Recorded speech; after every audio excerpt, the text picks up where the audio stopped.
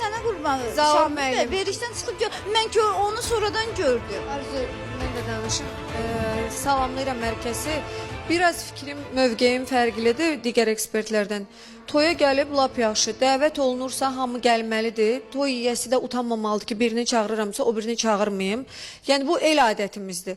Təbii ki, ölüm dirim söhbət olmayıb şükür Allaha. Hər ikisi sağdır, salamatdır və ayaq üstədilərsə ikisi də gəlməyi normaldır. Yəni Arzu niyə gedib, o niyə gəlib? Mən düşünürəm ki, ikisinin də getməyi normaldır. Dəvət olunublar. Neçə bir şey deyil, ürək bulandırır. Yəni ən azından. Yo, yəni Arzu mən o onlarla adamla həyat ailəvi yaşamışam. Məni döyüb də, məni təhqir eləyib də, məni tənqid də eləyib. Hər şey. İndi düzün deyirəm də, mən adətən dəvət o olunan insanla yerə şəxsən gedirlər. mən qarşılaşmazdım. Heç onun üzünü görməyi belə istəməzdim. Yo, amma digər bir fikir də Qızlar, deyim ki, elə bir- Arzunun ayaqyalın oynamağı sanki mərkəz toplamaq, mərkəzdə o diqqəti özünə toplamaq kimi bir rol oynayırdı.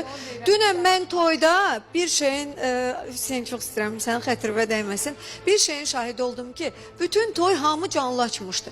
Yəni bunlar TikTok'la yaşayırmı? O canlı, o telefonla yaşayırlar bunlar. Bunlar o toyu da o telefonda yaşadılar, hər şeyi də o telefonda Bunların yaşadılar. həyatı TikTok'dur. Bədbəxtçilik də odur. Bu TikTok telefonla olmasa bunlar yaşamaq yaşaya lazım deyil. bilməz. Və nəfəs ala salam, bilməz. bir də ki sizlik ekspert xanım var və aparıcı yoldaş. Məyər bu birdən-birə eləməyib ki bunu? Əvvəla ora getməməlidir. Öz evladımına deyərəm, deyəsənə deyirəm. Elə bil əminəm, atanam sənin. Sən gəlib bu Aygünlə Aslanın arazda sizin münasibət olub. Niyə gedib otururdun orada? Niyə gedib keçmiş qaynana onun yanında otururdun?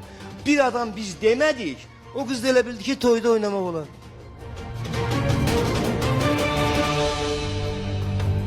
Səbəbkarlar gəlir.